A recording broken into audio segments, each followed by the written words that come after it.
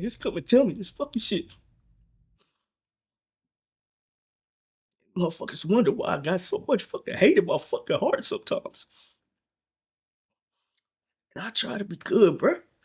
I try to be a good. I don't even like being hateful, spiteful. I hate it, bro. It weighs me down. Every day I'm trying to let shit go. But nobody could just tell me the fucking truth.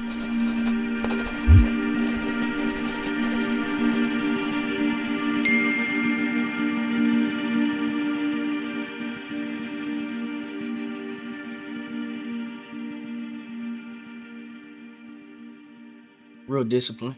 I was coming home 6, 7 with a key around my neck, letting myself in the door. Mom's at work, like, you better not touch nothing. Crazy.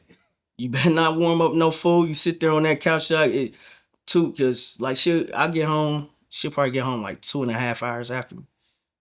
You know, and she'll be like, don't eat nothing because you're choking. I ain't there. I can't save you. Just drink this water and watch your cartoons on the couch and do your little homework. So that's what I was like, you know, that's how it was, real structured, you know. Don't eat nothing. Don't eat nothing, because if you choke, I can't save you. I've never heard that one. My mama used to tell me that, so I wait till she get home. But one thing she get home, she'll fix me a big ass, you know, and with the ooh-wops on the side too. So I wasn't disappointed on that. But yeah, that's how. Was it just you? Yeah, it was just me. My mom, my mother's only child. So, me and her, you know, we went through hell together. Like, she wasn't no lovey-dovey mother. She didn't give you no kisses, no hugs. She more like, I got a little boy, man. Nigga, toughen up. Boom, you know, hit me in the chest. Like, my mama knocked me out before with a cordless phone because I lied. I think that's why I don't lie too much. like, I barely, and that's what a lot of people say, like, boy, you tell the truth too fucking much. You know what I'm saying? Like, shut the fuck up. Like, you know what I'm saying? So, for real. For real, like, yeah. But little girl had called the house. You know, star 69, star 67 was out. So called the house and I hung. Hey, don't call here. Hung up. Mama like, who was that? I'm like, I don't know. Wrong. She like, star 69. Little girl picked up like, hey, Mike. She hung up the phone and slapped me with the goddamn. This one, the big white with the bottom that went like this. Oof. with the metal. Antenna you pulled up, and slapped me. Bang! I went to sleep. Like, hit you with the Zach. Hit me with a Zach. Boom! I woke up like probably about 10 minutes later. Like, what the hell just happened? And she just sitting there like, go eat. And I'm like, I just got up. My mama beat me with a baseball bat before. God, I deserved that though. Nigga, no. Nah, I mean, look, I brought stolen rims in her house, and it was like 3:00 in the morning, cuz back when I was out there thugging, you know, doing dumb shit, being a thief, one of the worst people on earth. And took this man's, whoever it was, rims that worked hard for him, and bought them in my house, me and my brother.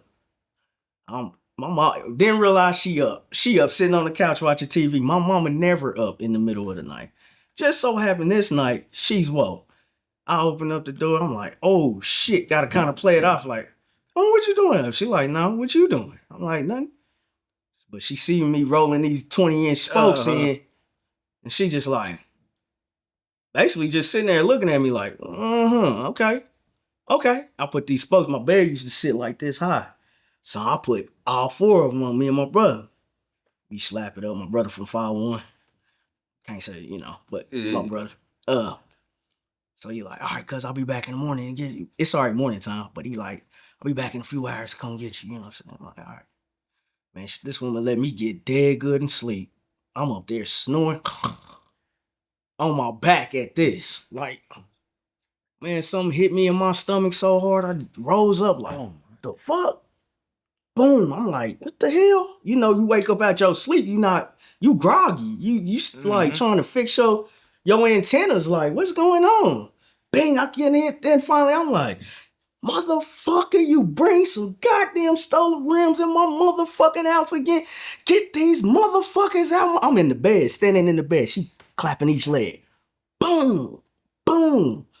Man, I go call my brother, man, come get me. He pulls up, he laughing. She cussing him out. Nigga, you done bought this motherfucker through to bring these motherfucking rims in my mouth. You in here, I should whoop your ass with this baseball bat. I'm limping. I'm fucked up. He helping me. We get in the car, this nigga. We probably shouldn't go back there, bro. Nigga, I'm fucked up. I'm bleeding on arms and my calves and shit all fucked up. My shins is knots out to here. Nigga, the whole day I'm fucked up. Well, I was fucked up for like 2 weeks. Literally off that ass beat. But yeah, my mama didn't play growing up. I couldn't Fisher smile. Price bet. Off a Fisher Price bet. Yeah. It was a Fisher Price bet, right? Yeah. What no damn Fisher Price bet. Nah, but you didn't like see looking at South Central scared me from that type of shit. Mm-hmm. Stealing people's stuff. Mm-hmm. Like that scared me. Like after the dude shot him with the shotgun In the when back. he was Yeah. So I'm like, I ain't gonna never do that. So Yeah. That had to be out around that time because you was like a teenager, right? No. South Central came out way before I was doing that. Yeah. Though, you know, so yeah, I did, but sometimes it's your influence who you around, and you gotta watch who you around. You know, just one thing I can say about the folks I've been around, my peoples, we love each other and we still in the same circle. And we learn from each other. And we learn from our mistakes because we was actually just raising each other.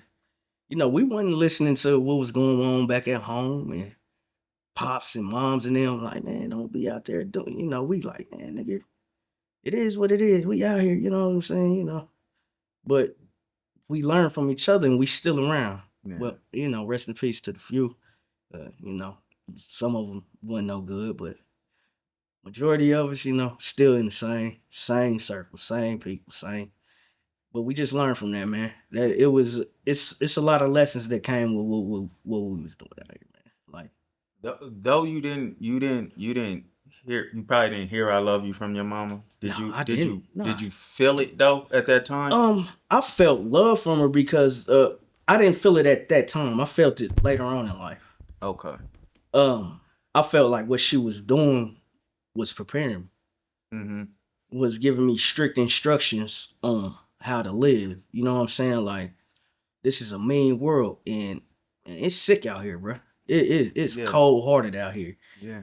And I didn't realize that until I got grown. Like, what she was doing was protecting me, you know. This how you move. This what you do. Don't do this. Don't do that. Blend in here. Blend in there.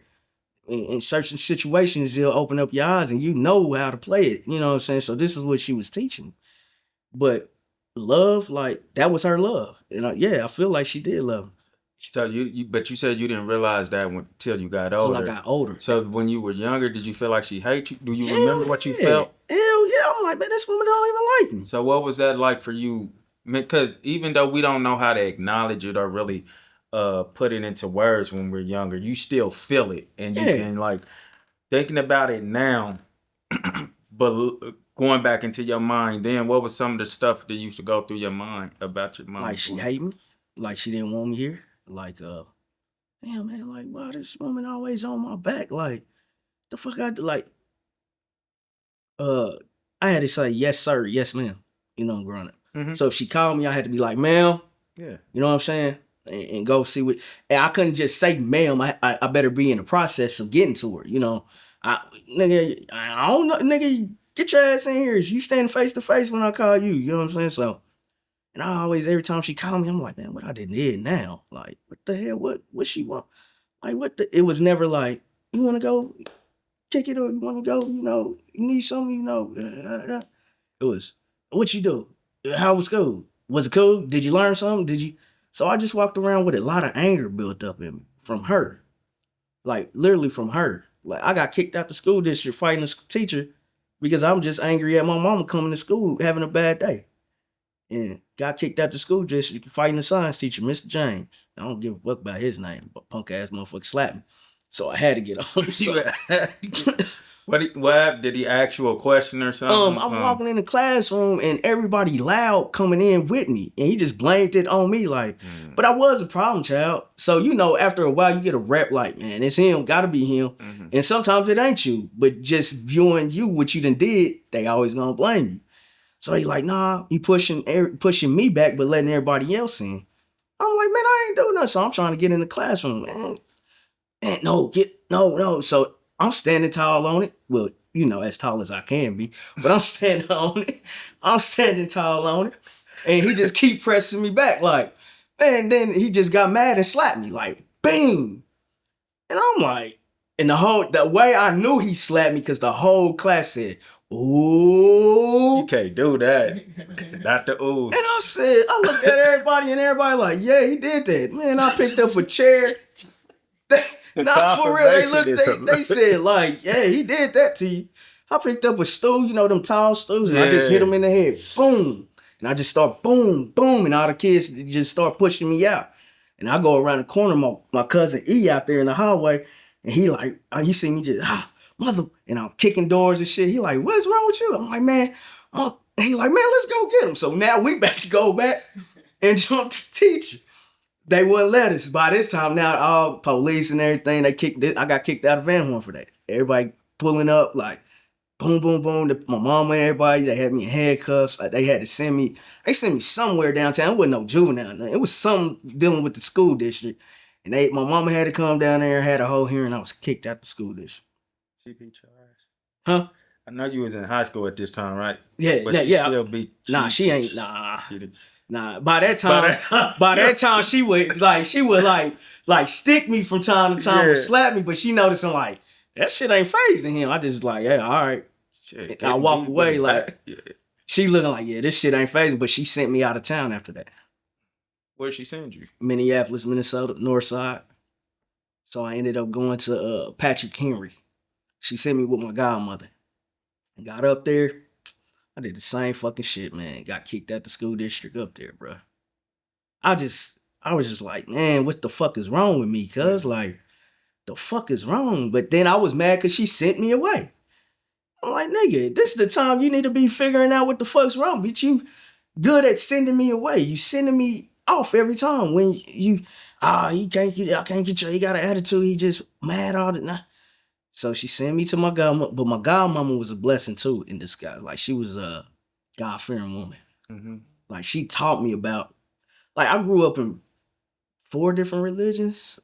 Like, on our side with me, bro, and them, Vivi, Freddie, and all of us, and Mario grew up on Pop's side as Muslims. But my mama was a Jehovah's Witness. My grandma was Catholic, and my godmama was Baptist. So it's just like all these religions coming at me, and it's just like, after a while, it's like blah, blah, blah, blah, blah, blah, blah, blah, blah, blah. So people be looking at me like, sometimes when they be like, what are you? I'm like, I ain't religious.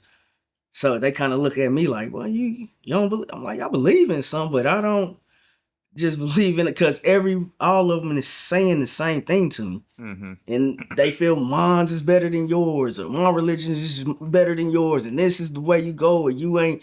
Instead of just being like, damn, so if you just a good person, why can't I just be a good person in life and just, go somewhere? Mm-hmm. But you got to be tapped into here or tapped in.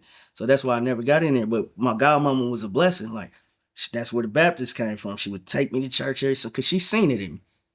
She would give me hugs every day walking in. She would give me kisses. How you doing? You all right? My sister, my god brother was there, I only think I'm mad because I messed that up. Like, because my sister was going to a school that was out the school area.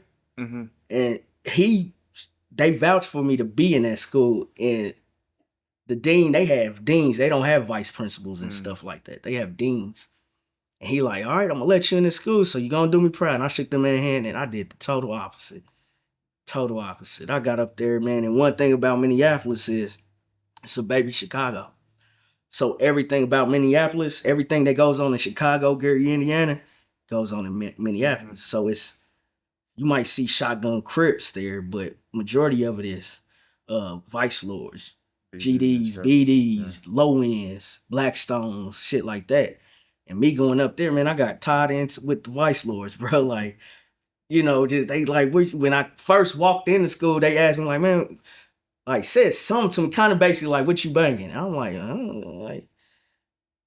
I'm from Kansas City, man. What's your favorite? blue, nigga, cripple, you know how that. Yeah. They looking like, huh? I'm like, yeah. They like, oh, you shotgun? I'm like, nah, I don't know what none of that is. But you would see them shake their hand, boy. These niggas, every last one of them, when they shake each other hand, it's like it ain't. You know how here is a casual. You like to see or you like to be. Yeah. Nah, they shit, boom, bam, boom, boom. Intricate. Like, yeah, it's to know if you from there, Yeah. like. And so I got hooked up with my partner, He-Man. That was his name, He-Man, nickname He-Man. His real name, I'm gonna just leave it at that, yeah. But he was VL, Vice Lord. Yeah. Everything they be like, put it on the neck. I put it on the neck. One day we in class and he was just up there messing with this one dude, like, nigga, you sticking on it. I'm just sitting there like, why you fucking with this dude? Didn't realize it was a nigga that he on fuck with from the other side. And he got up and whooped that boy so bad, and dude was 10 times bigger than him. He-Man, this is why they called him He-Man. He-Man wasn't nothing but, nigga, I'm talking about fragile bones, but stuck it to that boy like, bing, boom, bam, like, and he came back, he was like, how I do? Me and him was cool from that day. Man, it was cool from that day forward. He was like, yeah. He was like, man, my name He-Man. I'm like, my name Mike, man. That day forward, I was just locked in with him, nigga. He introduced me to all his peoples, and they was Blackstones and Vice Lords. And I got up there doing the same foolishness that I was down here doing. End up beating some dude up on the corner, knocking him out there. But that was like my 6th time. They kept giving me chance after chance, but I'm following these niggas. Because I'm up there by myself. I ain't got all my family here. You know what I'm saying? I'm up there, but I gotta be locked in for something, nigga. I'm 5'4". Maybe even smaller back then. Probably 5 foot at that time. You know what I'm saying? Like, and them niggas up there is, like I said, like, baby, like Chicago, nigga, them niggas is serious too. So it's like, man, all right, I gotta be locked in somewhere just to survive. And my god brother even said that. He was like, just get you a little clique, and be cool, man. Don't be doing too much out here, because these niggas, boy, you can't be walking in certain areas doing certain things up here. Not just locked in, but locked in for the wrong reasons. Got kicked out of there. I'll never forget it. My godmama said, I can't do nothing with you, Mike. Most hurtful shit to hear from somebody you love. I can't do nothing with you. I don't know what it's gonna take. I don't know what move you need to make, what gotta go on with you, but here you can't stay no more. Never remember. She packed up all my bags. I gave them all kisses, and I got on the Greyhound. Came back home. My mama picked me up at the Greyhound station down there on Untruths. Right back to it.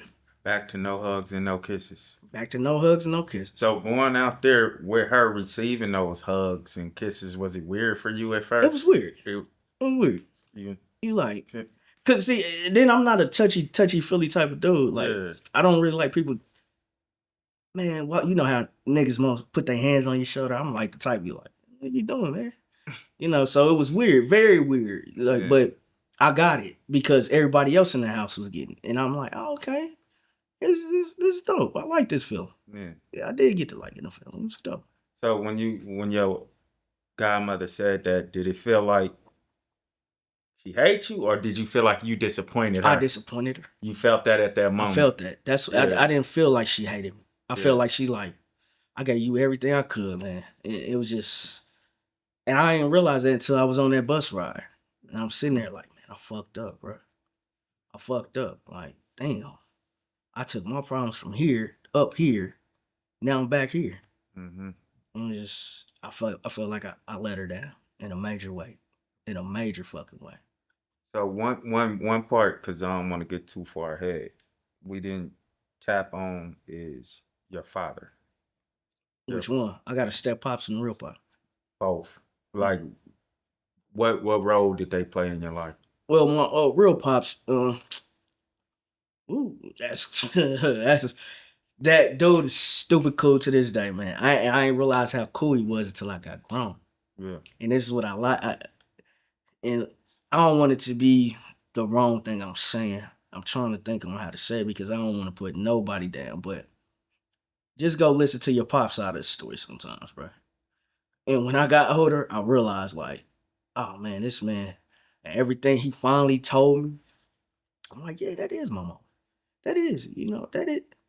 Like, yeah, And she kicked him basically out of my life at a young age. Mm-hmm. And she met my step pops when I was young. Like, I'll never forget when I first, because my papa was staying with us. And he would be like, where is she always going?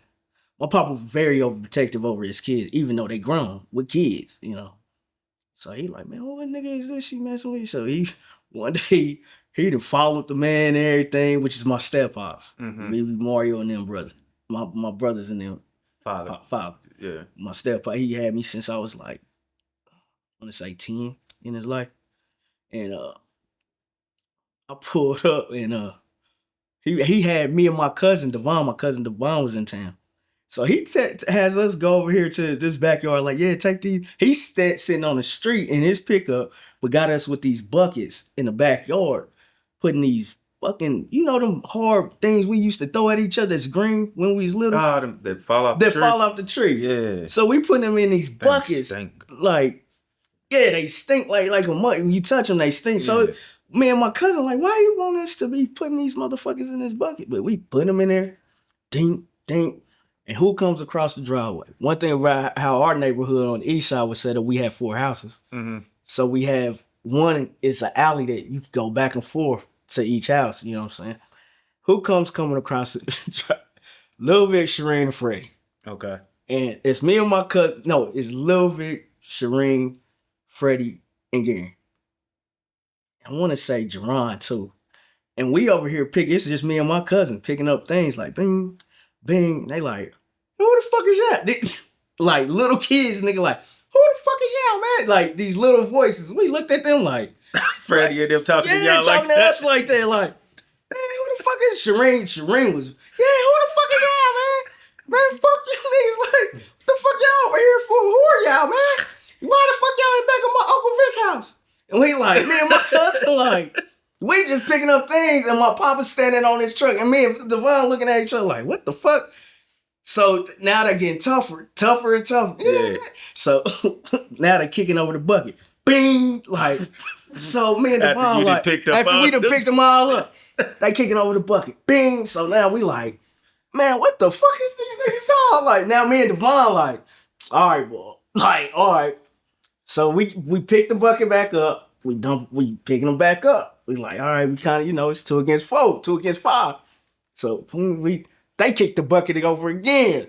Bing! This time how to grab. Bing, bing, grab him. I'm choking the shit out of Freddie. Like, got him hemmed up. Like, they like, ah. They just take off running.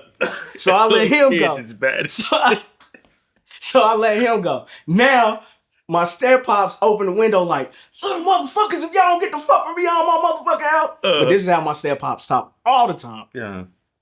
So we like, man, what the fuck? My pop just seen the dude, and that's all he wanted to see. He wanted to see. He done put us in a position just to see who my mama messing with. So, nigga, we go down, man. We get back in the truck. Papa like, y'all did good. Y'all did good. Man, I'm grown now. I'm like, Papa done set us up just to see who my mama messing with, just to see who the nigga is. Then next thing you know, my mom finally like, yeah, man, yeah, we got tired of it. Like, yeah, we moved over there with them because she been messing with them for a while. We moved over with them. She sold the 2 houses, bought a big ass house on the block. So now we over with them. Now we all cool. Now it's like from the gate. This my cousin. This my brother. This my brother. This my, you know, like. So from that day forward, it was just like we was just always locked in since I was like 10. I want to say 10 or 11. So it been that long and that long. Pop and my step-pop's always been like, he never been like, that ain't my son. So people be like, who is that? He be like, that's my son. Yeah. Or you know what I'm saying? He never was like, oh, nigga, I don't know. That's her. He never did that to me. Growing up, the family never did that to me, ever. And that family for real felt like love. Like, grandma, my grandma. Like, kisses, hugs, Auntie Nah, all of them. And Holly, Freddie, and their mama always. Like I said, we had 4 houses on the block. 1, 2, 3, 4. And we was like the biggest family on the block, and there was another big family on the block. So we was known through there. Like, the crazy part too is this. I was just thinking this. I said every major nigga that was in this city that was either a D-boy or a killer, no, I ain't saying no names, spent the night at our grandma's house with us. Swear, I can vouch. As any of, they'll think like, damn, we was down there. And that's why when we would hear names later on in life, and they like, man, dude, such and such got this. And we're like, who the fuck is that? And we bump into them like, you such, yeah. Like, man, it's crazy. Yeah, it's crazy. So it always been like that for us. But yeah, that's how it was. But Pops, Step-pops was a strict dude, man. But he taught us how to get money. My grandma and him owned a lawn service. They ain't never worked for nobody.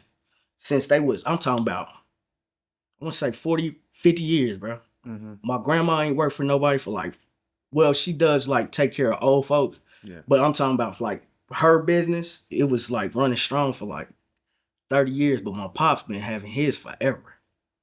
And one thing about him, he'll be like, y'all little niggas need the money. I don't. So in the summertime, we would go cut grass with him. And weed eat and everything. We'd be like, Pops, I need some money, you know. He pay us $5 a yard, cut this yard 5. So I'm trying to get 10 yards that day, you know what I'm saying? Because he cashed you out right then and there.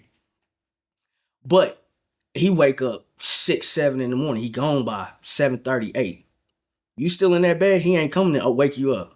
He'll be like, nigga, I don't need the money. Y'all need the money. Next morning, we up bright and early with him at 6:30 sitting on the truck, waiting on him. He like, yeah, all right, I see you little motherfuckers now. This is how he talk to us. Like, strong. Like, nigga, you little niggas, man, you little niggas gonna be something, motherfucker. I ain't gonna be up here driving my mama crazy. This is what he always say to us, because we always was at grandma's house. So that's just how he was. He was laid back, smooth, played baseball. We used to go to his night baseball games. Down there off of St. John, down here. Night baseball game. He the one be like, man, y'all pitch this ball, catch it. And he would throw the ball at you full force. You don't catch it, that's on you. Bet you catch the next one. Shit. No, I'm dead serious. Down. I'm dead serious. So this is why I think he made us how he made it. He made us, he didn't want my mama. So I had my mama didn't want me no bitch. He didn't want us no bitches. So it's just like, damn, we just gotta be tough all the time. Yeah. All the time, or either just you fall down, you better not let him see you cry. You go in that bathroom and cry. You know what I'm saying? That type of shit. But he was a good dude. Did you ever see your mom start to show any soft energy towards him though? Like, cause she had a man in the house that was like her, and she can be soft. Yeah. She catered to that man. She catered to him like a motherfucker. So it would kind of low key piss me off. Like, damn, nigga, I ain't seen kisses and lovings and hugs with them. I'm like, damn, this motherfucker, I ain't never. So it kind of frustrated me, but everything else would take my mind off because next thing you know, we outside. So all of us going here and there, so it didn't matter. And your father, you said he's Mexican. Yeah, and your mom, well, he's Mexican and black. Yeah, and my mom is black. Yeah. Okay. What was the trouble with that coming up? Far as the Mexican and black side, like I never knew my Mexican side until I got older. Never knew them. They like Bernards and I want to say Garcias, Garcias and Bernards. But I never knew them until I got grown. Till like I got kids myself, and but they kicked my grandma out the family when she was like 16, 15, because she messed. A lot of people don't realize that, brother. When I tell you this, Mexicans don't play that. Like, so when I tell people, they be like, white folks is, and I don't want to bring up no race issues and nothing like that, but a lot of people be like, white people racist. I'm like, nah, it's a lot of other people racist too, bro. Like, they ain't the only ones. Like, it's a lot of cultures that don't accept that type of time in their, time frame. Like, nah. Even us. We racist, My cousin Freddie asked me, like, man, I think we had this discussion one day, like, can a black person be racist? I said, hell yeah, my mom was racist. Everybody like, told you. Like, yeah, nah, we can be racist as a motherfucker too, bro. People don't realize that. My mama see white, that old mother white, but don't want to, But she got some words for them white folks. Some ill words. And she be like, I can't stand them motherfuckers, But I will say this about us. Ours come from the shit that they put us through, though. So so I guess if he asks, and can we be racist, I guess that's a tough. Maybe I say yes. Okay. I say yes, but I get what you're saying. Yeah. It's from what they have done to us. Yeah. But we are so quick to accept anybody into our culture. Yeah. Anybody. So if there's a least racist, it's us.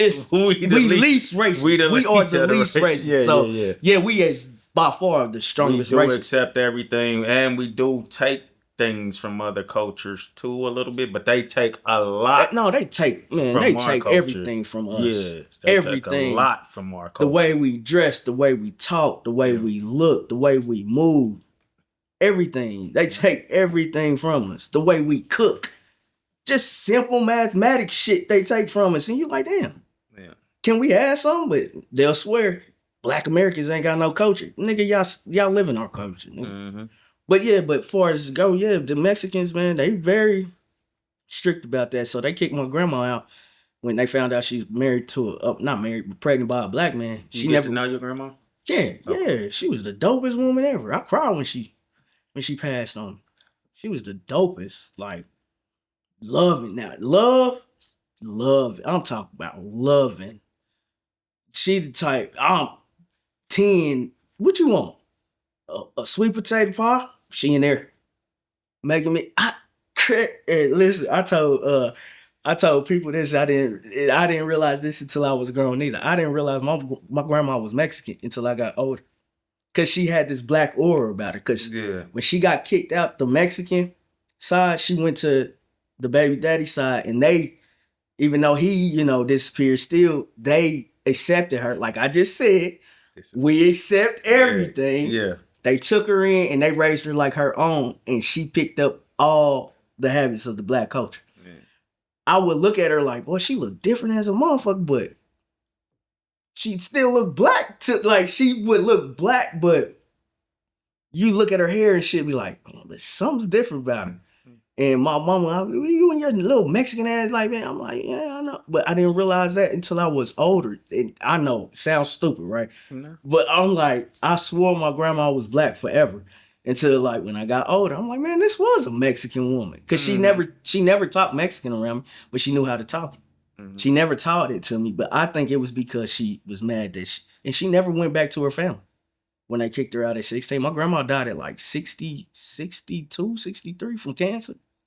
And she never seen her family again. And she would talk to her sister, the one that was sneaking talk to her, but she didn't never see them. That's fucked up. You gotta sneak and talk to your sister. Because when they don't play, I'm telling you, boy. It hurt her. It hurt her. But the black side kept her cool. Mm. I mean, embraced her and loved her to death. It's crazy how we can be nurturing and fuck out of here at the same time.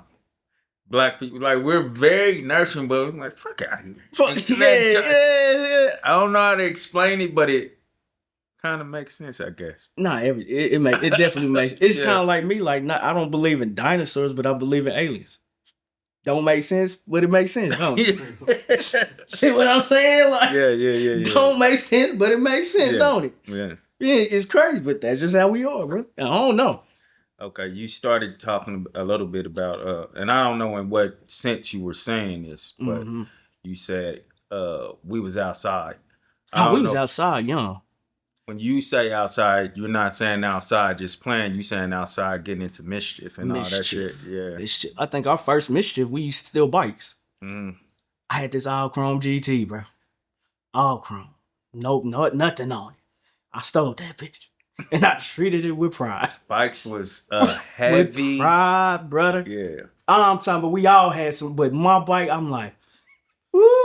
I used to sit back with that bitch on the kickstand, or you know how you flip it upside down with the wheels just up. I just look at it, like, boy, that's where we started stealing bikes and other shit that I don't want to mention. But it was like, but that's where it came from. So we was outside, like, man, we need a bike. All right. And we'll bring it back to the house, break it down. I used to take all the tires and handlebars off everything, put everything back on people's bike, which one they want. So I would mismatch bikes, but they would look good. That's your Mexican side. Remember when we used to get those cars, those little bitty cars? Yeah, put them together. But the Mexicans used to kill that shit. Like, that was a thing. That was the whole thing. And I used to do that with the bikes. I used to love that. And when one day I came outside, man, I had this bike probably the whole summer, man. End of the summer, I came outside, my bike was gone. Broke my heart. You talking about that bike you was just... Yeah.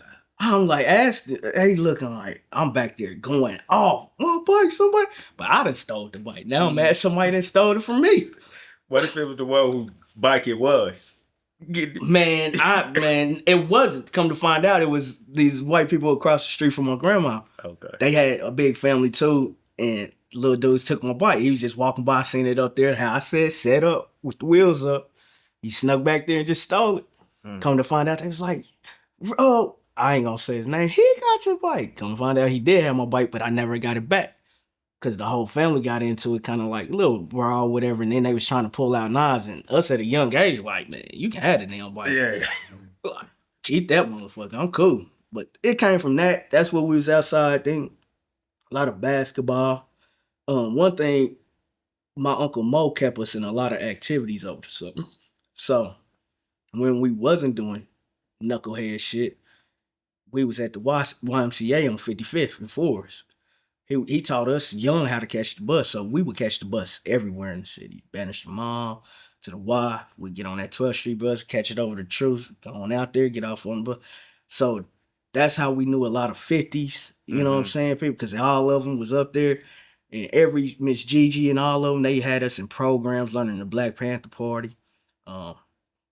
Going to activities far as the museums and shit, curricular activities. We in there making stuff, and after a while, after 2 hours, we in there playing basketball or just sitting outside the YMCA. But that's how we knew a lot of people we grew up with was from that YMCA. So Uncle Mo just always try to keep us, because one thing he would always say, y'all ain't gonna be bad kids. And that stuck with us every day. Every day. So he always tried. Uncle Mo was more of an uncle. He was like a father figure to all of them. Nieces, nephews, cousins. It was literally Uncle Mo Daddy, and everybody in the city know Uncle Mo, you know what I'm saying? So he was a good dude for that too, You meet certain people in your life, and he's definitely one of those gems. Definitely one of those fucking gems in my life. Yeah. I think in all of our lives, so. When did things start getting a little more serious as far as like the street activity? And what does that look like without saying? Yeah. That's when the cars got involved. I don't really want to speak too much on them, but that's when the cars got involved. Out here, middle of the night, knowing damn well we ain't supposed to be doing this shit, this area, that area. That's how I used to catch my cases, man. Over in Kansas, in Johnson County, fucking with them white folks, tripping. I called a case over there, up north. Crazy part about it, though, we used to think Hickman and Ruskin was far. Nigga. But not to realize them the same niggas that's in the city too. They got family. And we would go out there doing dumb shit, and a lot of shit could have cost us our fucking lives. That's when shit got serious. We on at the skating ring on Sundays with these vehicles and on these rims, and Sunday over in Kansas. I don't know if you remember, but the Sunday in Kansas, everybody used to go to the skating ring, but we kind of grown, so you driving yourself over there and shit. See, I ain't used to go to the Kansas side. You didn't? Well, it was out there in Overland Park, and we used to go. Everybody from the city will be there. Oh, nigga, packed out. And you pulling up in this S, and you pulling up in this Mero or this kind of like some Soul Park shit type shit. But but we doing it the wrong way. You feel me? But that's when shit got serious, and that's when shit nigga, we out here doing. It went from that then to other shit, and that's when life got serious. Other shit meaning you dove into the street life. Basically. A little deeper. Yeah, it got deeper off into the shit. Was it your reason for going that way? Is it because the family is going this way, meaning that your family, your cousins and stuff like that? Or is it because you need money? You struggling for money, or is it just nigga, this is just I think it was culture? I think it was a mixture of both, because it was a point in time people would come and ask us man, you think you can get this, or think you can get that? And you niggas coming, how much you got? I can go get that for you. I can go get this for you. You need what? Slap, radio, you need the whole thing, bring back the whole, okay, I can get that. And then you dropping it off, and niggas But at first it was for the thrill. I feel like. Yeah. I think it was the thrill. And being able to be like, man, I went and got this, and then I went and got this, and threw this on this. And people thinking we more than what we are. And they like, man, them niggas got them. You know, like, boy, you see what they just came? Not knowing, like, hey, none of this shit ours. No. Was it ever a time when somebody recognized their stuff? Fuck yeah. Them rims I said I got my ass beat by my mama. Really? Nigga. How did that happen? Come to find out, dude, killer. He a for real killer. Yeah. Didn't realize that. I'm with my brother. Bro, like, and this is see when I found out niggas put their names in their rims or their initials on their rims. So my brother, like I said from the 5, we what did he say? Cause he had a 4-door with rims on it. And we out doing dirt in this motherfucker. So he like, hold on, bro. Something ain't right. And he just jump out, pull over after he picked me up. He pulled one of the rims out. He like, oh shit. I'm like, what? I'm like, dude, naming these motherfuckers. I'm like, huh? He like, dude, naming these motherfuckers. Mm-hmm.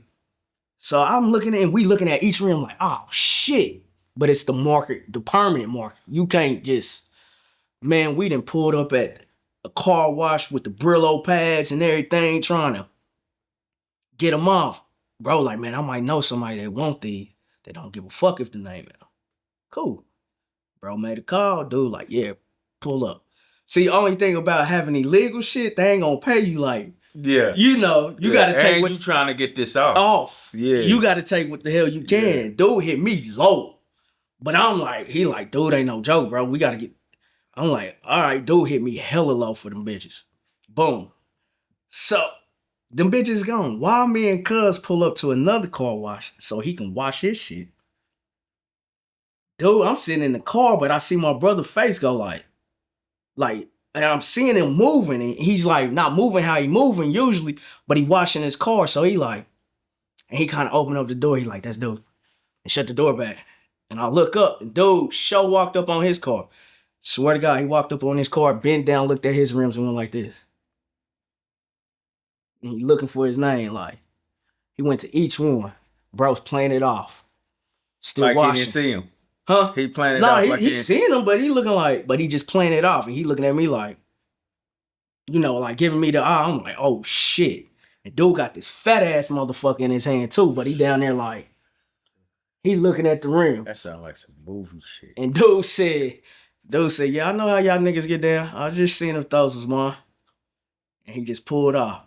And bro jumped, he didn't even rinse the soap off his car. Bro jumped in the car and said, man, we gotta go, nigga. Wow. We gotta go. And me and him ain't had shit on us. We gotta go, nigga. Mm-hmm. And we left. That was the time. And I said, man, boy, I gotta stop. Your heart was probably. Well, my shit coming out my back and chest. Boom, boom, boom, boom, boom, boom, boom. I'm like, oh, fuck, cuz. Yeah. And I can't do shit. I'm beat the fuck up. I forgot about the back. I can't even run. I forgot about the back. I can't even run. I'm beat the fuck up. I can't even move or tussle with this nigga. I'm sore in the front seat of my brother's shit. Like, forgot about that. Like, cuz, give me some Tylenol, bro. Like, this shit hurts, bro. So, nigga, heart beating, bro. I know that's one of them. Ain't this about a bitch moment? Serious, too. Yeah.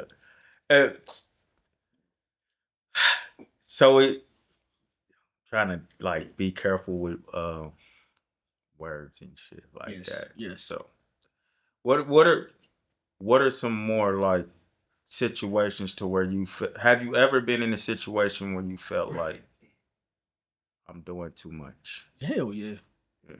I've been in hell of those situations. Even when it came to women. I'm like, doing too much, bro. You mean women tied into that style of life or just women in general? Like, you know, not being faithful or, you know, messing on the wrong one. You know what I'm saying? Like, when that one should have just been there, you know.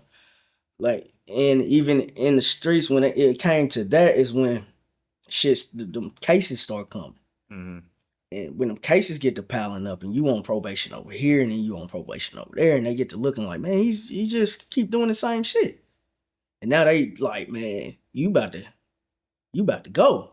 Like we gonna send you away for a little while, you know. And then people around me start going to jail, like different things and robberies and shit. You like, and these niggas getting way young, but 15 years, 12 years, 10 years, like damn.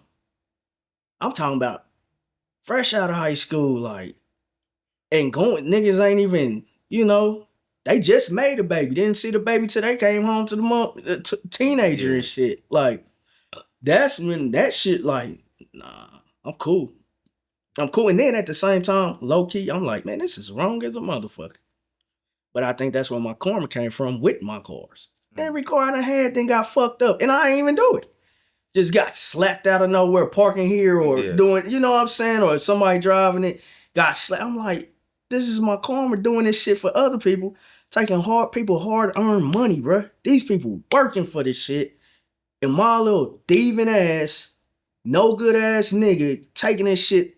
This man probably worked 80-hour shift this week, an 80-hour shift last week just to get those bitches. Yeah. You know what I'm saying? What does it look like you rationalizing to make yourself like, fuck it, I deserve it? Like, what are you saying? Because I feel like I did a lot out here, bro. Like, no, I'm saying like you're taking their stuff, but you know they working hard for it. But what is that moment like when you're like, fuck it, I'm gonna take it anyway? Because sometimes, like, even if you listen to a Nas song, Triple Beam Dreams with Rick Ross, he was talking about how can I sell this shit to my people in the back of my mind? They dumb and destroy themselves is how I rationalize. Mm-hmm. So how do you rationalize with like, how can I be taking these people's stuff? But fuck it on the other end. It was in the end, like I told you, it was more of the money then. Yeah. Cause it's like, man, I don't feel like going through this shit for real. I really don't even want to do this shit no more. You know what I'm saying? But that money, like, especially when you ain't got no job, and yeah, it's hella y'all living in the same apartment. Mm-hmm. 10 of y'all in the same apartment. You need some food that day. You need a party coming up this weekend. Just stupid bullshit. You know, need to wash your ass, need some drawing, need some soap and deodorant. You know, it's like, fuck it. Fuck it, I'll take it. Fuck it. Take me to go get it. Fuck it. All right, shit. Don't matter. That's when you know, like, I ain't supposed to be doing this, but fuck it. Fuck it. And I think that's what gets us caught up in a lot of shit in life. Not even just my situation, just other people's situations. It's like saying that fuck it, it's not a good thing to just be doing that a lot. Like, it's not. It calls you a fucked up road later on. Even when it comes to women in that life at the same time, you like, I probably shouldn't be fucking with her, but fuck it. Now you done got set up. Yeah. Because you let your small man think over your big man. Yeah. And what percentage of that you think the thrill of that life, that lifestyle, what percentage of that you think is trying to impress women though? Majority of it. Yeah. Majority of it. Man, mainly all of it. Nigga, you the nigga with that. What you getting? Mm-hmm. What are you getting? A lot of it too. Oh man, guess who? It feel good with little shit. But guess who I'm riding with? Mm-hmm. Nigga, you over there like, yeah, motherfucker. You know what I'm saying? Yeah, I'm that. You know, just it's majority of it. Yeah. A lot of niggas, but it's a lot of niggas that do it for their family though. For real, for their kid, because they really don't come for shit. Come from nothing. And I witnessed it. I got people around me that did it for their family. They come from nothing. Majority of their uncles and aunties is out there on that end. So I might as well grab this bitch and sell it to all of them. Keep it in, you know. And that's what, but they kicking it back out, paying bills in the house, making sure their nieces and nephews straight, making sure their sisters is straight. I watched a man do this, but he ended up with a lot of time too. Yeah. He home now, stand up dude, but that's why he did it. But my reason, was majority for that. Like shit, that ooh-ah. Yeah. Yeah. So All right. So the streets don't come. It ain't all. hell Obviously, no. it ain't all. You know what I'm saying? What Hell no. everybody be praising as far as the money or what you think it is. Mm-hmm. You lose people, It was a lot. whether it's to prison or the graveyard. Mm-hmm. Can you remember when you first lost somebody that really affected you? Mm. The very first loss when it came to that life. Uh, my brother, Zaire. He they found him froze to death in the wintertime on the east side across that bridge. Like if you driving down the highway and you see them little bridges that people can walk across, Mm-hmm. found him on the other side, froze to death in the wintertime. Uh, I really don't want to, get into the details of what Yeah. allegedly happened to him, because that's frustrating in its own. But just to hear, I'm watching the news and they like, we found a man, such and such unknown man, literally watching the news, found a man froze to death outside, deceased, woo, woo, woo. 2 hours later, my sister Tisha called, uh, and in her voice, I could hear her. They found our brother. And I'm like, what you mean? What you mean found him? They found him dead, froze outside. I'm like, what the fuck? I was just watching this on the news, and I can hear her crying, and I kind of just hung up in disbelief. Like no emotions happened yet, nothing. I'm just like, emotions didn't happen until I seen him on that cold slab. You know what I'm saying? So yeah, that was a fucked up time. That was the first, because we looked at my older brother as like Superman. He taught us everything. Yeah. He was everything to us. He kept us away from that. He smoked this little juice, but he dared for one of us to. He hated when his homies would try. We didn't see him squabble with a couple of them. Like, man, don't be playing with my little brothers like that. You know what I'm saying? So he meant a lot to us. He was amongst my siblings was that nigga. So yeah, that was heartbreaking.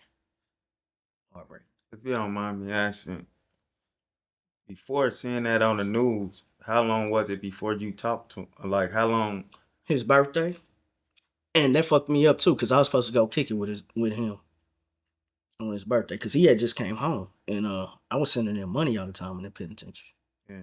Tools and fuels here, and he loved that. He's like, man, you don't understand how much that got me through.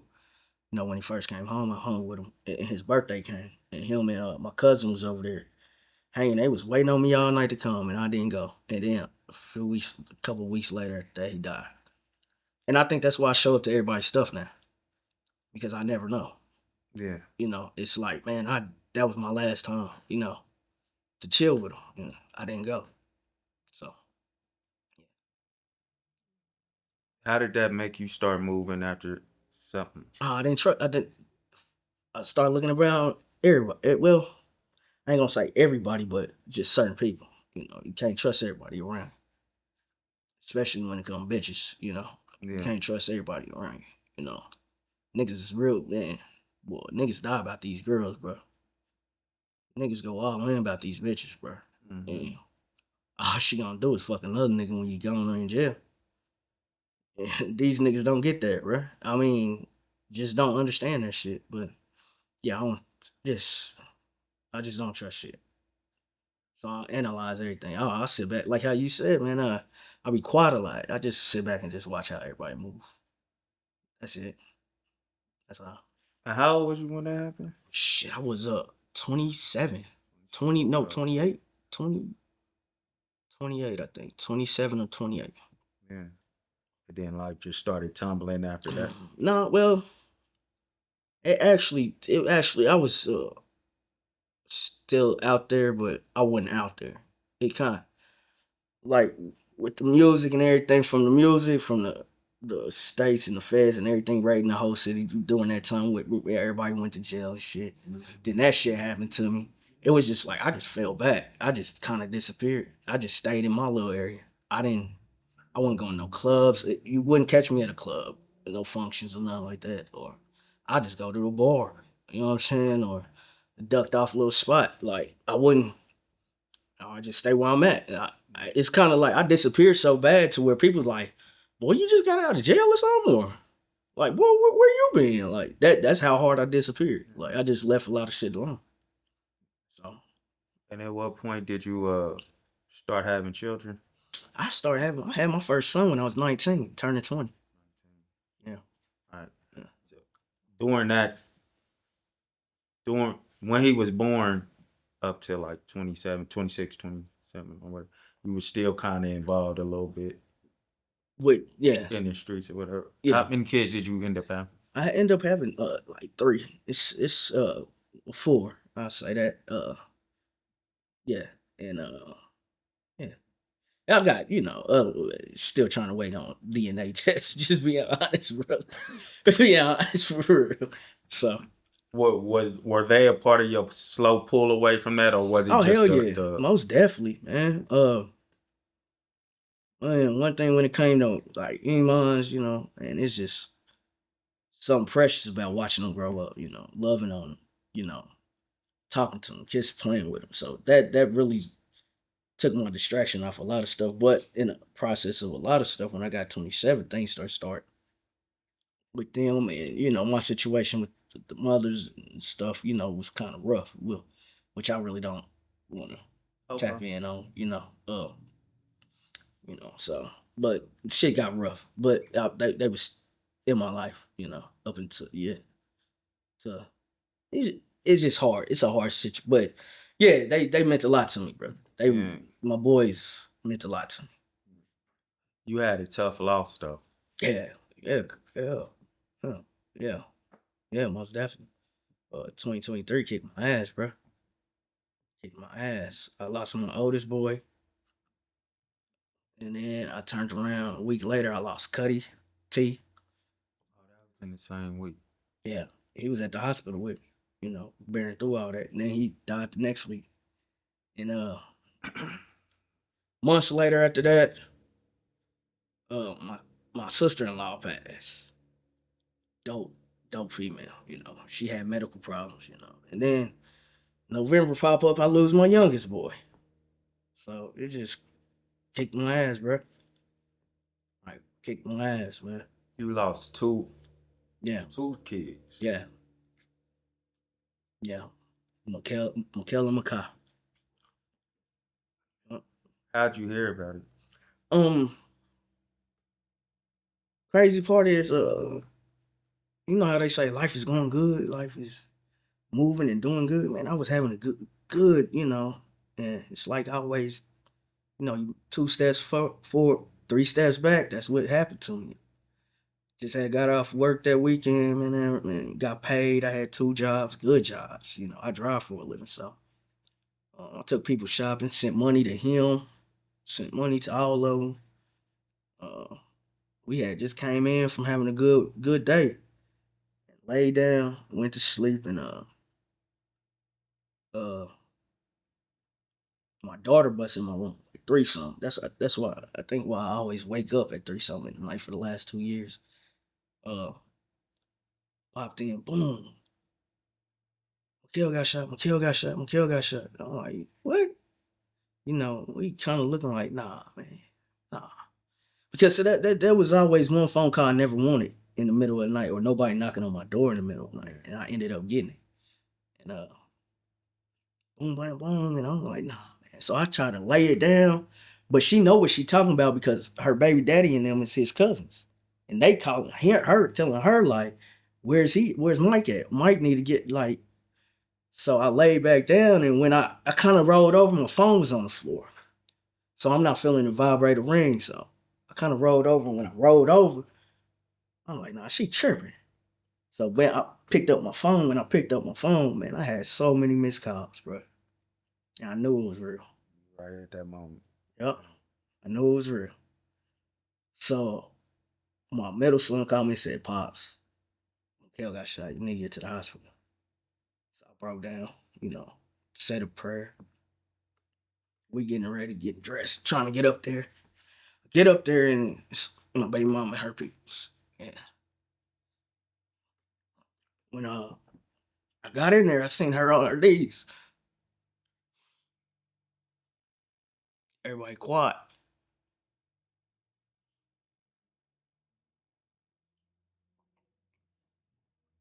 Everybody quiet. She just looked at me and said, Mike, it's nothing they can do for our baby. So they moved us to a different part of the hospital, told us how many people stay. So it's me, my wife, her husband, and everything, and my mama, her mama, and shit. And they will my baby passing.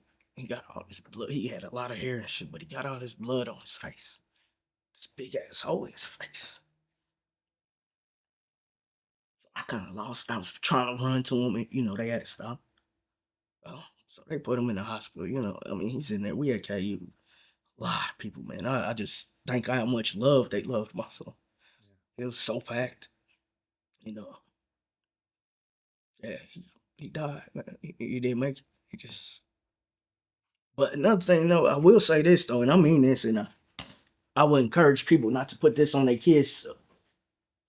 They back of their ideas. Don't make them no organ donors. Just don't, cause they see that shit and they feel like it's like they don't even try after that, bro. It's like, especially if he's young, it's like, ooh, we got that's a business. So because I swear when I was talking to him, it was an African man that was the top nurse over him at first, and he told me everything was good with him. He was gonna make it. All he was gonna do was lose an eye. But next thing you know, I'd never seen this African, but he said this in front of the people at the desk, and it was all white women and white men. Yeah. And they kind of looking at him like, I never seen this man again while we was up there. Never seen him again.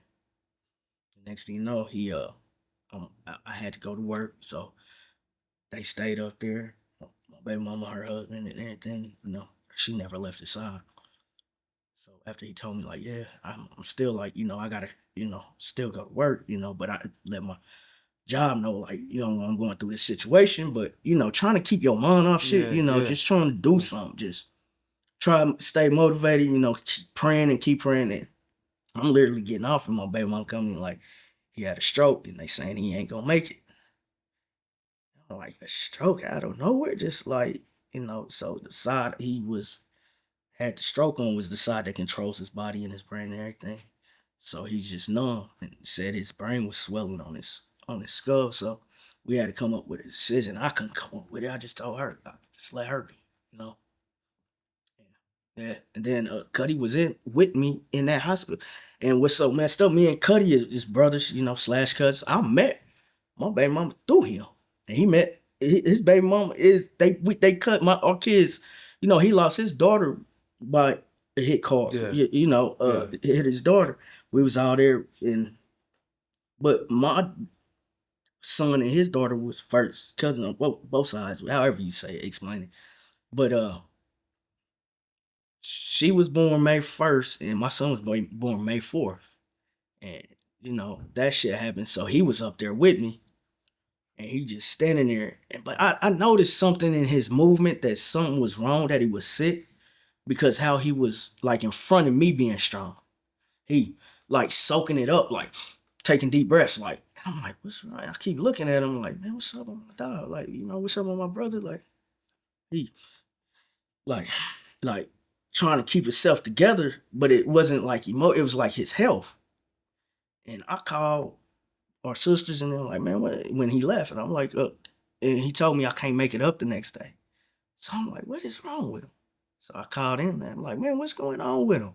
They're like, what you mean? And I'm like, man, is he sick or something? And me and Cuz wasn't communicating like that over some bullshit. Dude was always a stand-up guy, never a snitch, never a backdoor nigga, never nothing. He stood tall on a lot of shit. Me and him was always together. But it was just some bullshit ass street shit, and Cuz wanted to go his way, and me being selfish, like, nigga, we, just, and I'll regret that because we missed many a days together. I mean, like what he wanted to do, like the photography and stuff like yeah, that. yeah. And so he just standing strong with me, and my son passed, and then the following week, I want to say not the following, it was probably some days, man. And some bogus ass bitch they went out of town with, man, gets on the fucking internet and says, "Oh my God, cuz he died." And instead of letting the family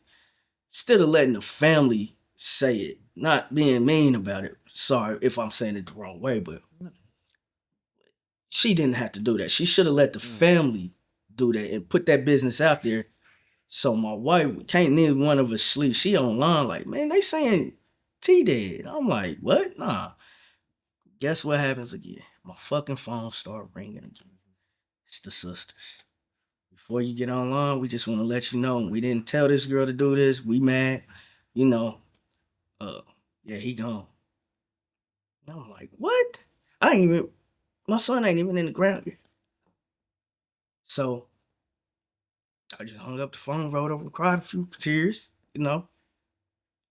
Then finally, one of my sisters called me and said he didn't want you to know he was sick. I'm like, y'all knew that. Like, yeah, we did know, but he didn't want you to know.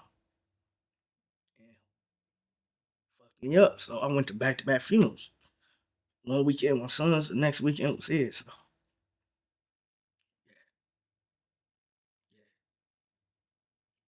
You said I heard you say at one moment you were praying yeah, and your son was in there. yeah.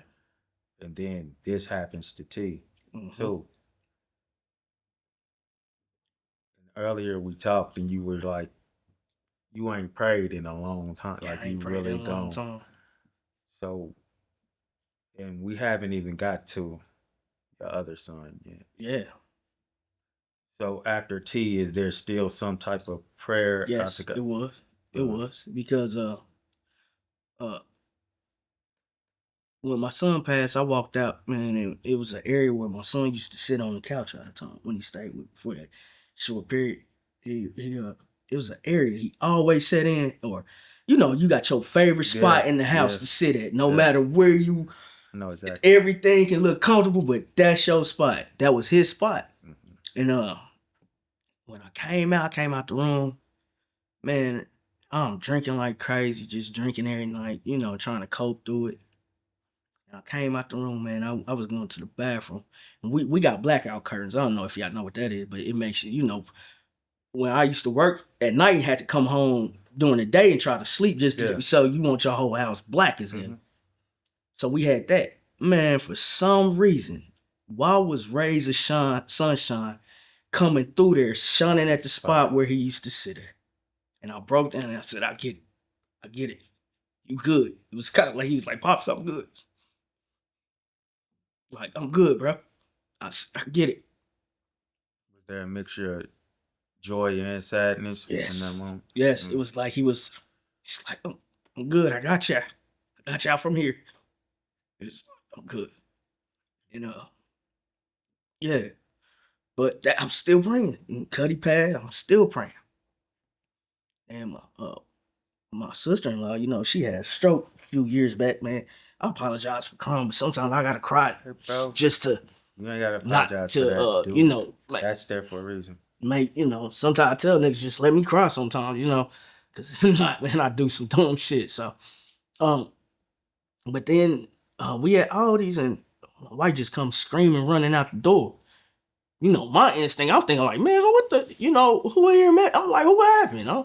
I'm running in the door. She like, no, I'm thinking something that happened in here. She like, Tony dead. I'm like, what? She like, yeah, Tony died. She's not here no more. But she had complications too. She had a stroke like 4 years before. And from that day forward, she was having seizures and she ended up having a seizure and they couldn't bring her back. So that hit us hard, especially everybody at our house and everything. And we already going through so much. It's like we couldn't get a break. So everybody just looking at us and they just see in our face like it's like we just here, but we ain't here. We just still trying to compensate, but we ain't here, So we had to bury her. Well, cremate her. Went to her funeral and everything. And uh, November come, man. And my partner from penitentiary, man, my cousin, not my partner, my cousin, twice called me like from the joint, how them niggas get burners in that bitch, but he called me from the joint like, hey bro, you need to get to the hospital. I'm like, what are you talking about? He like, your son. I'm like, my son. And they like, man, your son got stabbed up. My son ain't number 15. 15. I'm thinking like, who the fuck stabs a 15? What little niggas is out here stabbing each other? Ain't no, this ain't penitentiary outside. Like, so I'm keep listening. I'm like, nah, man, you tripping. So I'm calling his phone. He ain't answering. Calling his phone. He ain't answering. So now I'm texting around, I'm texting people like, man, what the fuck? Finally, somebody hit me like, yeah, uh, something happened to your son. He's in emergency at whoop de whoop. But nobody's giving me no information because everybody say I'm crazy, or angry or something, So my partner come pick me up. He got everything blacked out on his truck. So we just sitting out there. And I'm seeing all these people up here that's part of the family. I'm like, man, what the fuck did happen to my son? But my other cousin, he knows them, the people, so he's keeping me updated. He like, yeah, over some AirPods or some bullshit that he was trying to sell some air. And I'm like, AirPods? So some little niggas done stabbed my son up for some AirPods all in the face? So I'm trying to figure this shit out. Like, man, this shit don't sound right. So I see one of my partners that knows some people in Raytown. I'm like, man, I ain't asking right. He like, I will. So he got back with me like, man, I ain't heard no little niggas stabbing up nothing. Like, all right. Then come to find out my son's dogs done turned on him. And they done pulled my son apart, man. They bit him all up in the face and everything, brother. In his own spot. And couldn't nobody just come and tell me this shit. Couldn't nobody just come and tell me this fucking shit.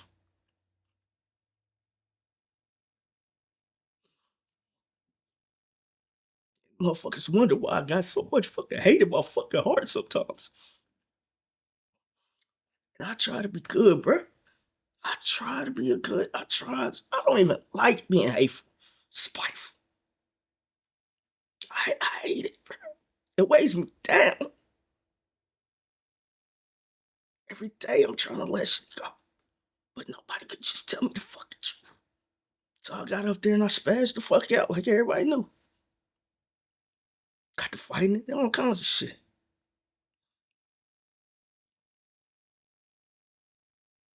So he had to go into the ground too with his big brother. But it was kind of crazy though, since his big brother passed, he wasn't the same neither. Because they was real close. So 1 year, lost a lot. A lot, bro. Fucking a lot, cuz. Felt like I lost myself. I lost myself too. Start doing dumb shit. Engaging in more alcohol. Engaging in drugs and shit. You know what I'm saying? Just, all I want is a little piece. Just, I ain't asking for a lot. Just a small piece of peace. Yeah.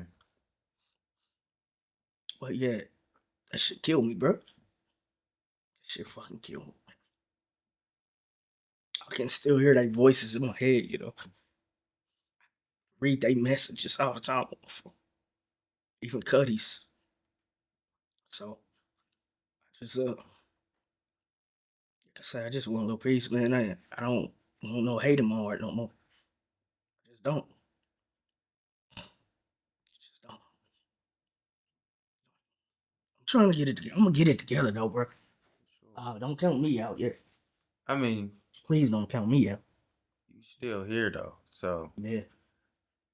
you ain't went on no ending tour or nothing like that. So obviously you don't want to just be here hating people Yeah, and I stuff like don't. that. So I don't. I don't want to walk around angry, bro. I don't. You know. I Well, think it may have been just hard for them to do it because of all you had went through already, yeah, I and think so. they didn't know how to tell you. Probably so. Cause imagine if you was on that other end and had to tell somebody going through that type of stuff, deliver that news to them. It can't be easy. I'm not saying you No, no, receiving. no. And see, I'm understanding that because prime example of what you saying, a lot of people they kind of steer away from me, not because they don't fuck with me or don't like me. It's they don't know what to say to me. And a lot of people tell me that, like, boy, I don't even know like where your mental is right now. But like my cousin Marcus though, man, a good fucking man though. Every time he see me, like, how you doing? How's your mental? Or he might hit me up. You all right? Freddie too. He does that a lot. My cousin Shireen. My cousin Los keep me laughing. Because he know I like to laugh. So he just makes sure, like, it's just certain shit certain people do that. I ain't never had friends either you associate or family. If I call you a friend, you ain't really too much to me, bro. But I have good family, a good core, a good support system. If needed, is there. So, but like you said, and I had to think about that. Yeah, probably didn't just know how to tell me, man. Didn't they didn't know how to express that to me, man. You know what I'm saying? Yeah. You think? And then, we already all hurting. It's like one and now another. We all hurting. It's not just me. We all. You know.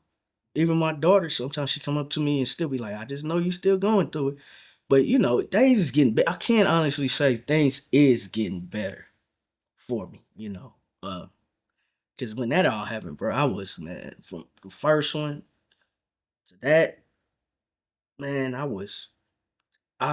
don't think I missed a day without drinking, bro. Being honest. Being honest. Like I don't think, and I had sleepless nights for like a year and a half. Like I could never go and sleep a full night of sleep. And I didn't like my phone ringing. Because remember when I said, like, I think I live more in the past and in the future. Instead of me answering my phone saying hello, I'm thinking like, man, what the fuck did happen now? What news is this about to be? So I hated my phone ringing. So and then, like I said, now every day sometimes I'm like, man, what if this happened tomorrow? What if this? What's gonna happen? Oh God! So it's like, and that causes dumbass anxiety. Like nigga, instead of just living for the moment right now, stop thinking about what could happen or what if, or just live in the present right now. What? It also takes a lot of work, but self work though. Yeah. Like I can't talk as a person going to therapy because I've never been to therapy. But from what I hear, if you get the right therapist, they start to help you figure out why you like this and what's triggering. And a lot of that stuff you already know.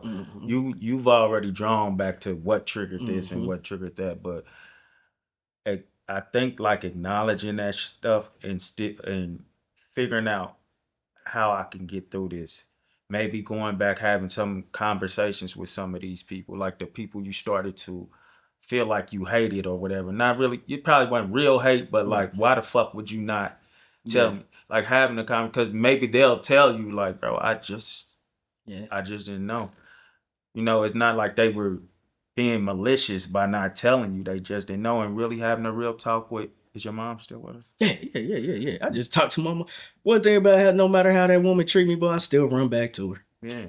So having a No, for real. a real talk with her, like, and she gotta allow you to be open, get that stuff out. So acknowledging that, like, hey, some of this stuff made me like this. Do you understand that? Right. Right. And maybe figuring out why she was like that. And maybe you'll start to. You already give grace for a lot of stuff, but maybe you start to like become at peace with a lot of that stuff. Right. Can't nobody tell nobody how to deal with death, especially nothing that close right there. Yeah. But if you open your mouth, we'll learn how to move around you in a way that's more conducive for the relationship to still keep going forward. Right. If that makes sense. Right. Hey, boy. This seems like therapy right now. No, really though, like, cause you're not naturally a hateful person. You don't want to hate people. No, I you know don't. what I'm saying? But if you keep drinking, if you keep using that to numb your pain or whatever, that's only temporary. You're gonna come out of it, and then you're gonna feel how you felt again. Right. And then with the liquor, I don't know. You can tell me whether you're once you drink the liquor, are you more boisterous, like you were saying earlier? You start to saying how you feel. Yeah. I don't hear that shit, bro, because you're telling me in a manner to where you're not even really present. You telling me from an angry place. You know what I'm saying? Okay. You're drinking, telling me from versus you just letting that shit out. Like you sitting in front of me. Like it's probably a lot of people that deserve that in your life. You know what I'm saying? Like that real talk with you, because me and you don't know each other like that. Yeah. You know, we've just been around each other at different times and know of each other, but we don't know each other like that. Right. It's people you call your brothers and sisters, or because you said you ain't got no friends. Just some friends. They probably need to hear this from you. Like I don't know what y'all talks have been like, but in a sober mind. Fuck, because what is the drinking for? You don't mind crying. No. You don't mind getting. So what is the drinking really for? You know how to talk. You didn't drink before you came here. Nah.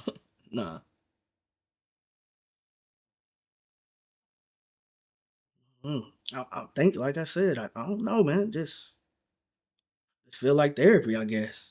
I ain't gonna lie, this kind of, like I need to really look for those, like them groups, that them house those.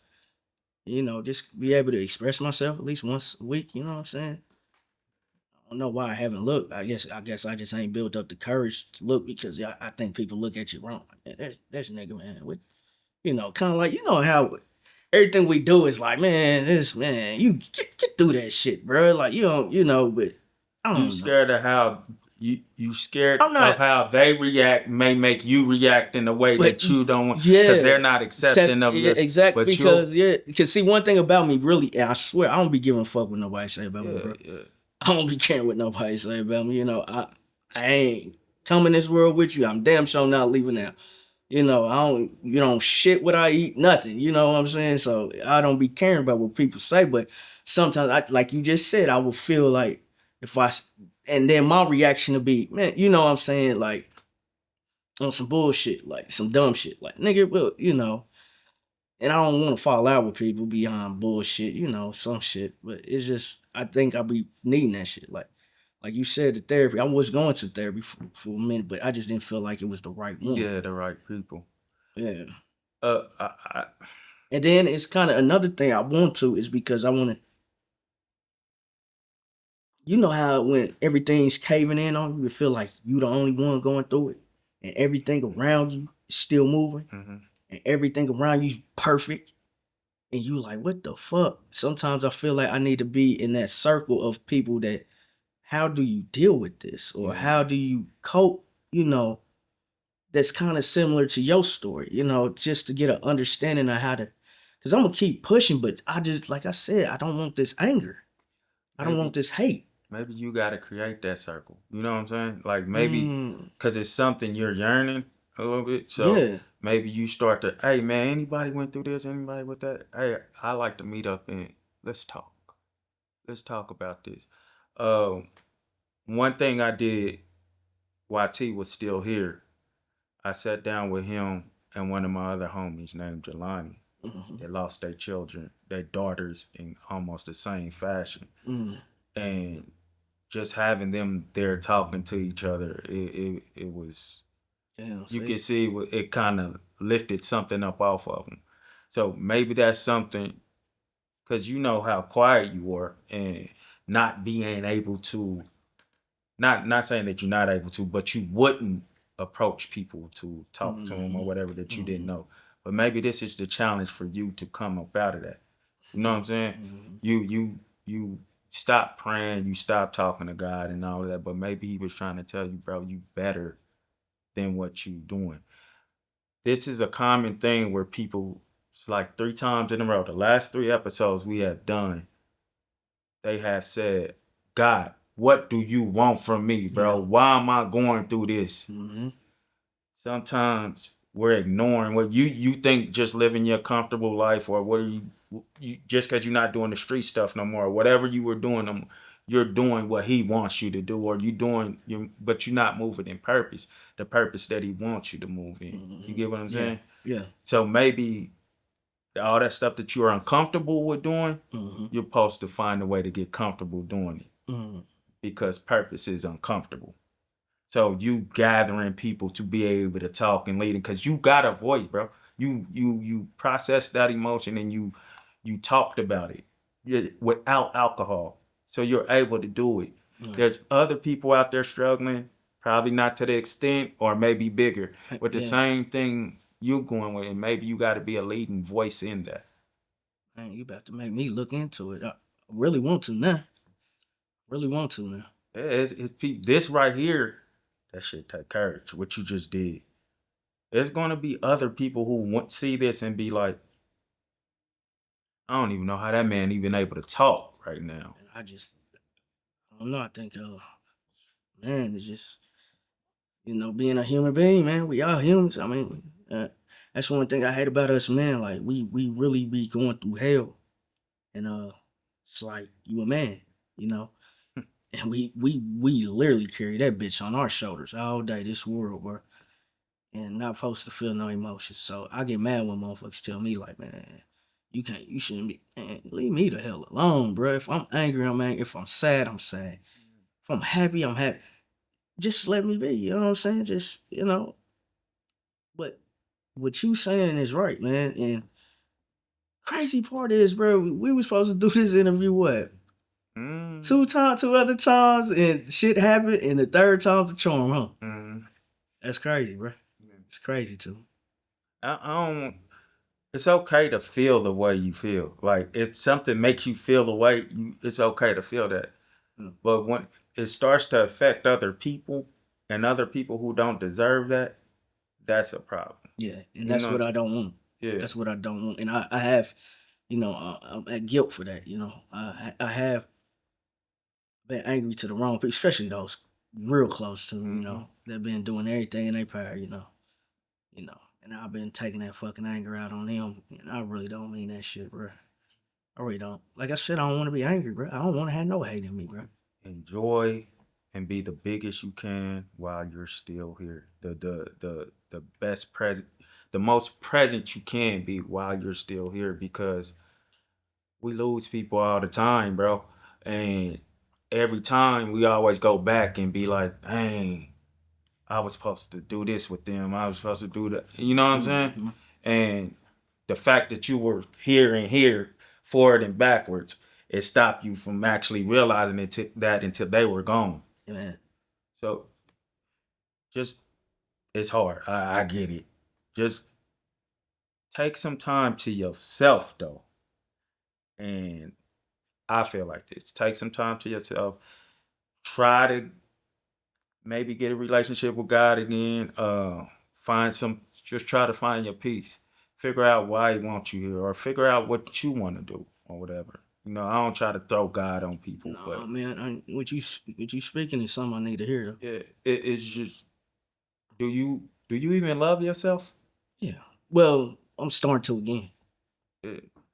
Being honest, I hated myself for these last year and a half. You know what I'm saying? Like, but I'm starting to again because I find myself joking and laughing at dumb shit again. You know what I'm saying? Like, a lot of people don't realize, like, my favorite thing to do or watch is comedy, stand-up special. Yeah. So it's kind of like I'm getting back to what I love.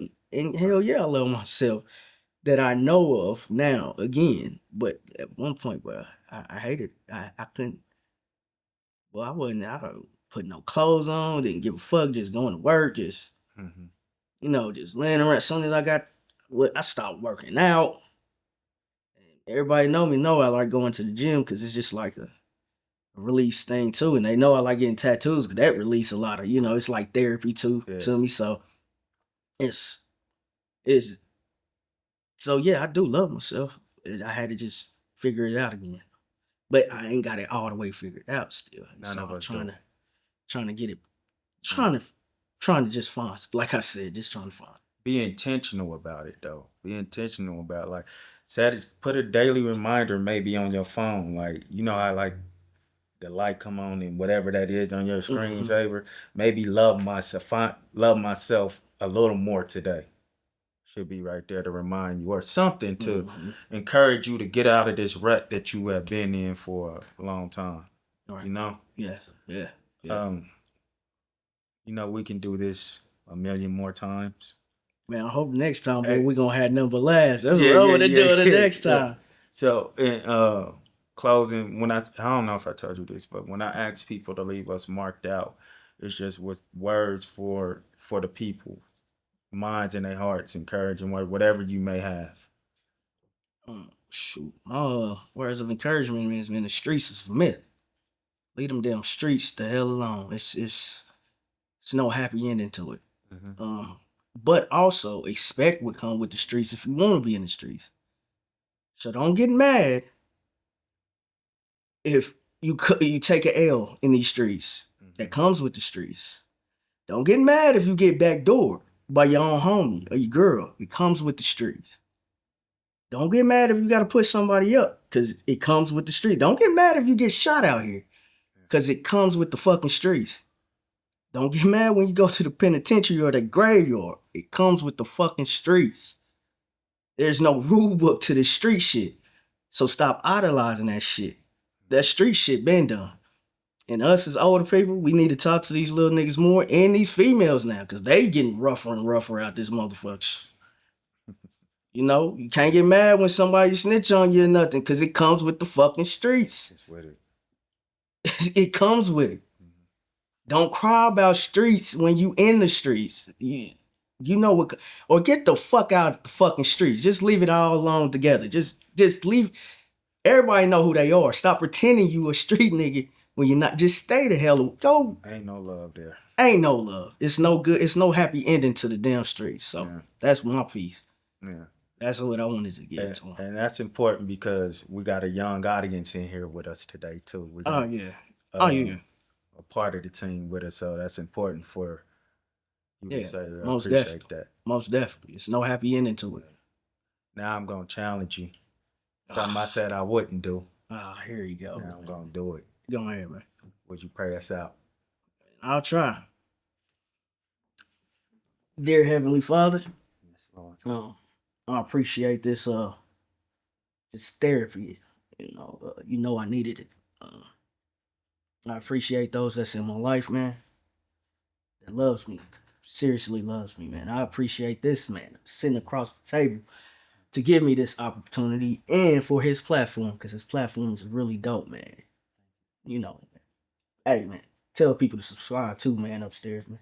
But for real. But no, I just want to thank you for everything I went through, the goods, the bads, and the ugly. I'm just asking you to just get me through this, man. I know I got many more years to come, and that, man, I just hope they some of the best years of my life. Ask through his name. Amen.